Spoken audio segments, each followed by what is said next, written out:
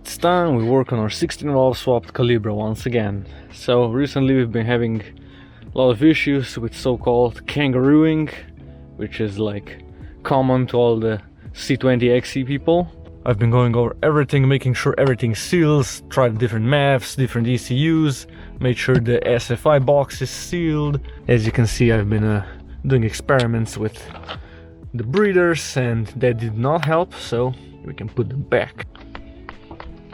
There we go, gonna put some hose clamps on later. I've been asking around and a lot of people said coolant temp sensor, which is right here. I've replaced this thing twice and I've also repaired the connector because the cables fell off. Somebody told me that they've also replaced it a couple of times and then they finally bought a original genuine one and it fixed all the problems. So here we have one original GM, or now it's PSA EU coolant temperature sensor made in India. It's Bosch, and this one in the car is also Bosch, but it's different, it has different stampings on it. That Bosch one didn't even come with a washer, so it's probably just Chinese repackaged garbage.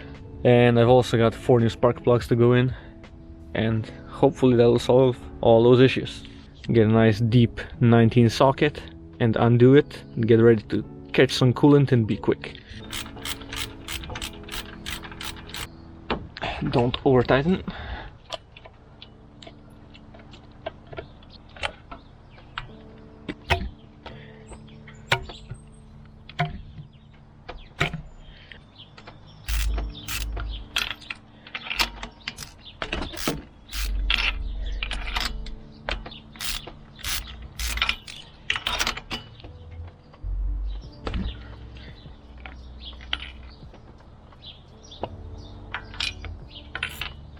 Here we have our current Bosch spark plugs that we put in when we were swapping the engine. They look okay, but weirdly, like, there's one here that's already had some arcing up here, so that's pretty weird. I don't know, we've had spark plug issues in the past with Calibra, so Bosch goes in the bin. And hello NGK. These are the BCPR 7ES. I've gapped them to 0.8mm like they should be. We're gonna put this in and we'll see what happens.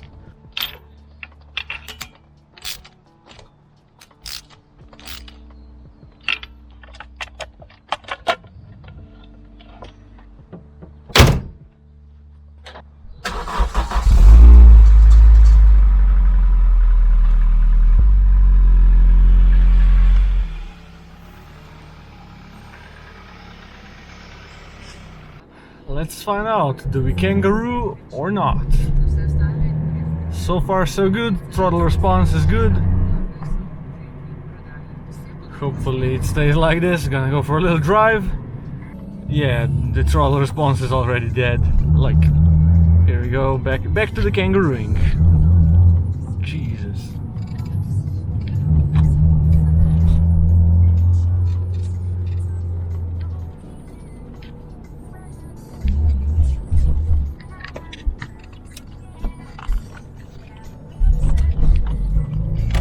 Like there it completely like died, and now this is like half throttle and it's just bogs, and when you press the throttle all the way it goes, but on partial throttle it's just like, it's awful. So I don't know what the deal with this thing is.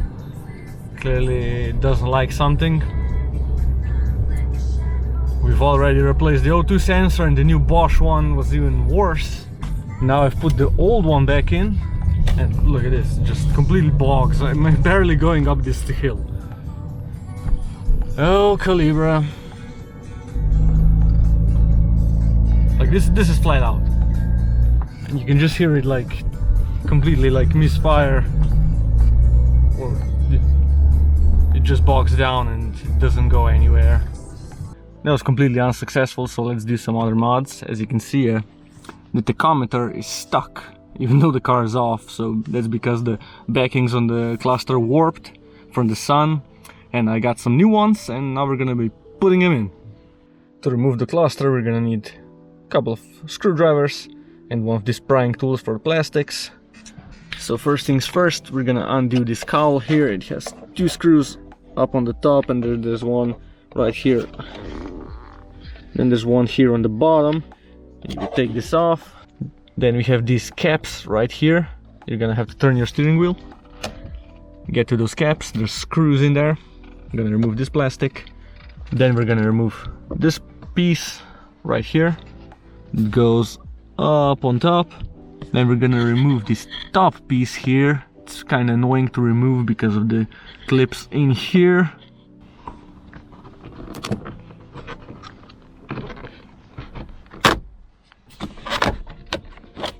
For easier removing of this plastic, you can just unclip the stalks. They have a clip at the top and the bottom. Squeeze it. For removing the top one, there's bolts in here. You have one bolt in here and one bolt in here. To remove the cluster, 1 bolt, 2 bolt, 3 bolt. This is where it gets tricky. So the gauge cluster will now be stuck. It won't be going backwards, forwards. It won't come out with the steering wheel on. So what I do next is I unclip the clear part. There's a clip here, and then there's one on the other side, and there's 2 on top. So what I do is I unclip these. It's very tricky to get to them. They're very easy to remove though. And then I remove the clear part, and then we can rotate the cluster a little bit. Undo the speedometer cable. If you want to, you can go into the engine bay, unscrew the cable, and it could pull out further, but I don't want to mess with that, so we're just gonna do this. I already unclipped it here. It's pretty easy to just unclip it on this side too. There it goes. And then don't just yank because you're gonna break everything. And then the top ones are a little tricky. You can use a tool or something like this, maybe a hook. Also, don't forget to remove this little bit. It just pulls out, nothing special. After some finagling, there it goes. It's just these little tabs here. I would suggest doing the top ones first, then the bottom ones. Cluster is removed. Let me show you what you have to undo. Throttle cable in the middle, push down on this tab and just yank it out. Then you have 1 connector here and 2 connectors here. So here are our brand new cluster faces by BSC Design. They make all sorts of Opel and other car cluster faces. So if you need anything, here's your dress. So now we have to mount these. To remove these plates, you have to undo all these needles and everything, and you have to be really careful not breaking these. First things first, we're gonna pull out these needles, these little stoppers. Just grab some pliers and yank them out. Then we're gonna carefully pry these off. You have to get it underneath them and slowly pry them off. And then we even have to remove these little squares around the kilometers. Then we can finally remove these. This is a really good tool to get these off.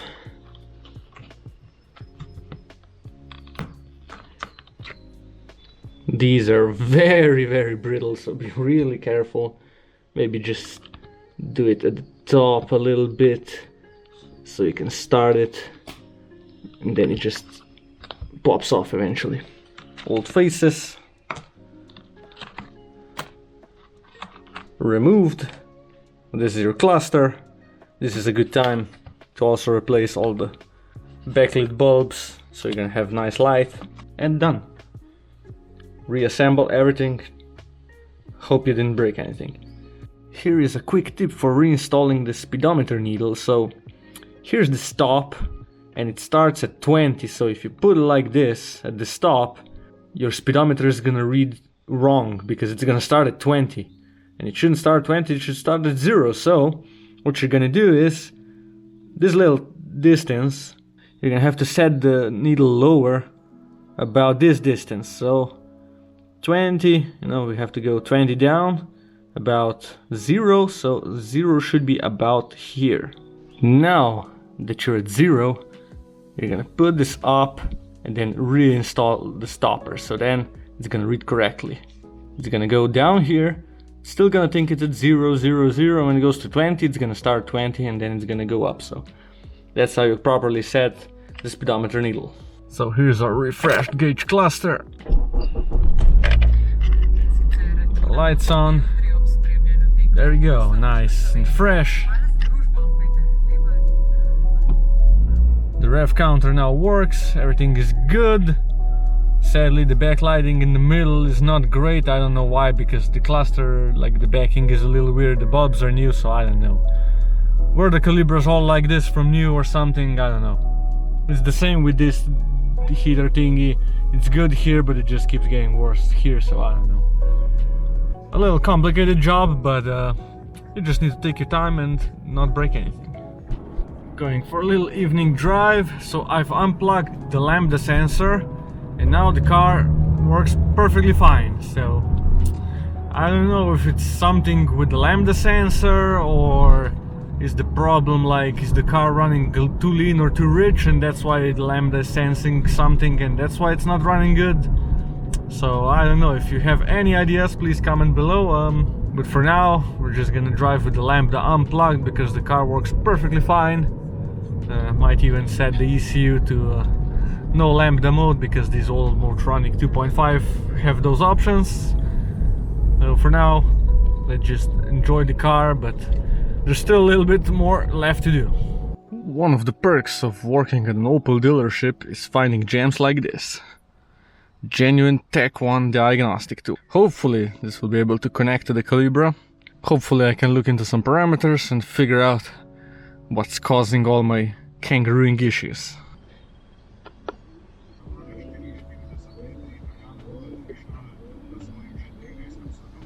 Figured out how to connect it to the ECU, so now we can see we have cool metal temp, which is coolant temperature, 10 degrees, sounds about right. Idle air valve 0 volts, probably makes sense. We have MAF readings, we're gonna have to start it to see those. O2 sensor readings, I'm probably gonna have to look at these if it's getting the proper voltages. I have the Motronic 2.5 diagrams here. Here we have oxygen sensor at ignition key on, it should be 0.4 to 0.5 volts. So as you can see, Lambda sonde 0.4 volts.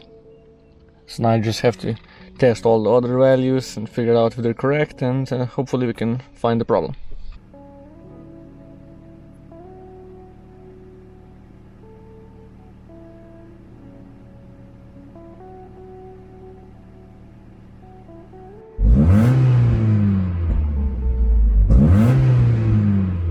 Right now the car is warmed up, so I went for a drive to look while I'm driving, and of course the car ran fine. So guess we're gonna have to wait until it cools down so we can try again, and then see what's going on when the kangarooing starts happening, and hopefully that'll show us what the problem is. But right now everything seems okay. The LMM, it should be from 1.9 to 2.2 volts at idle. We have a slightly higher idle, so 2 volts is perfect, and it should be 3 volts when you blip the throttle pretty hard. And sometimes it just goes like 1.7, so I don't know what that's about. Maybe there's like a ground issue or something, but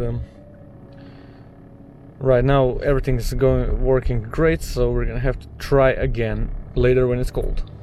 So right now car's cold, it's not running great, it's kind of running rough, and you can see the Lambda sensor, if you can see here, it's going from like 400-500 millivolts to like 800, 1000, and it doesn't go below 400, so it should go from like 100 to 900, that should be the range of the O2 sensor, but as you can see, it's going from like 500 and up. Yeah, there's definitely something with the Lambda sensor. Either there's a Lambda sensor problem with the wiring or something. Yeah, we're gonna have to look into that. Maybe wiring.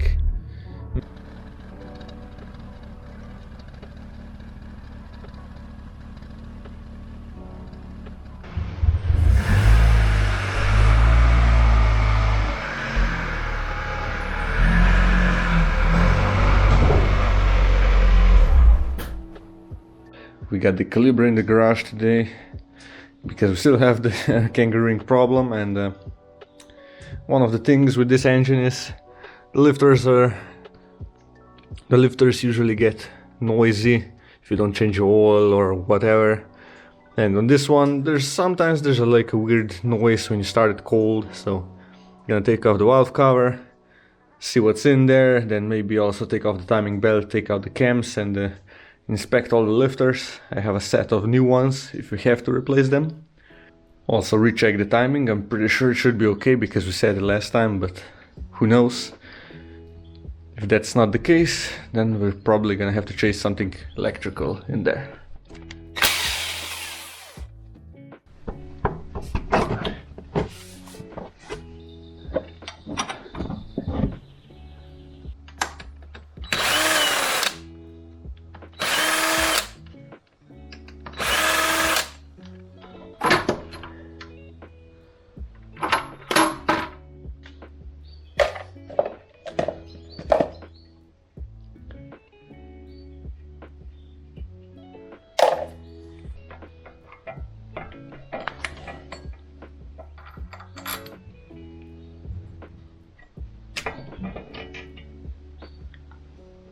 Here we have our lifter carnage. So here we have one of the lifters, and you can see there's a hole for the oil right here.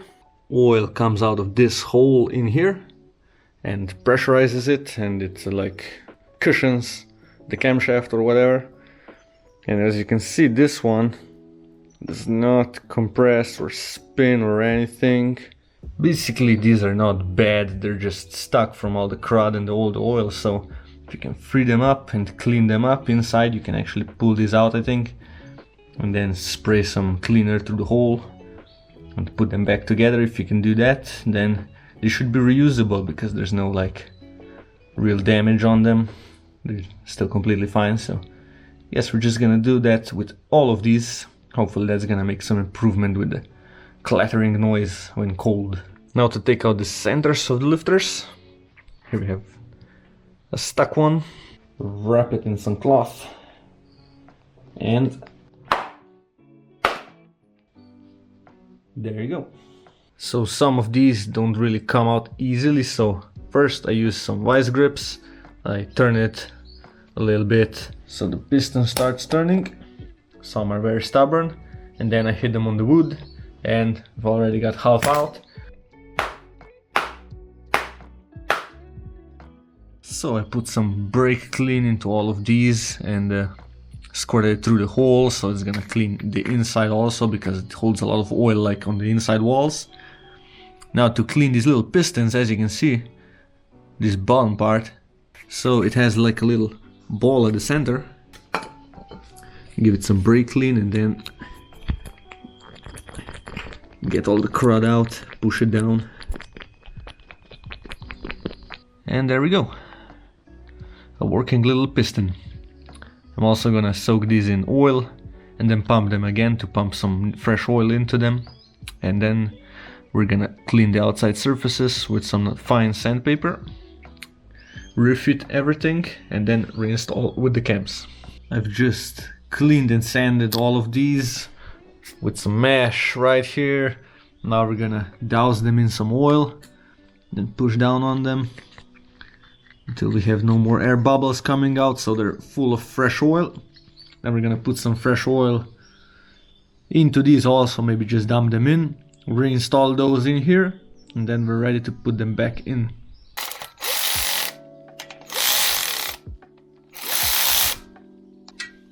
Torque the cabs down to 20 Newton meters.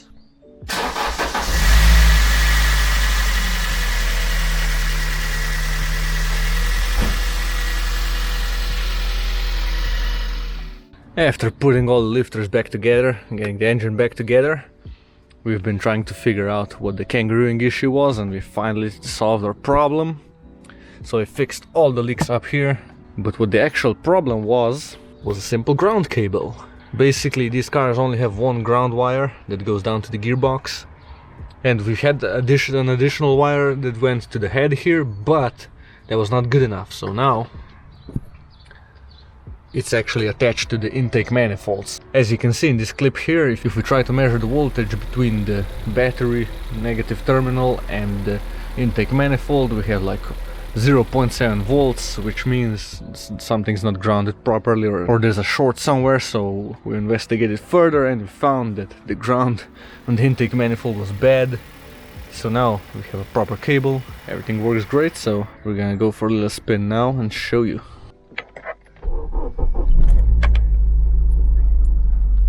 Fires up nicely, it even idles a bit smoother now. As you can see, even on partial throttle now. No kangarooing, no weird stuff. The car pulls perfectly, everything's smoother than before. I guess that's a success. So for everyone that's had the kangarooing problem over the years, just add another ground wire from the negative battery terminal to the intake manifold or to where the grounds bolt on the fuel rail, and that might solve all your problems. Next thing is we have to rebuild a bunch of the drivetrain stuff in the front because the axles are shot and the bearings are shot, so it's gonna be a next video. And for now, we're just gonna enjoy the smooth C20 XE.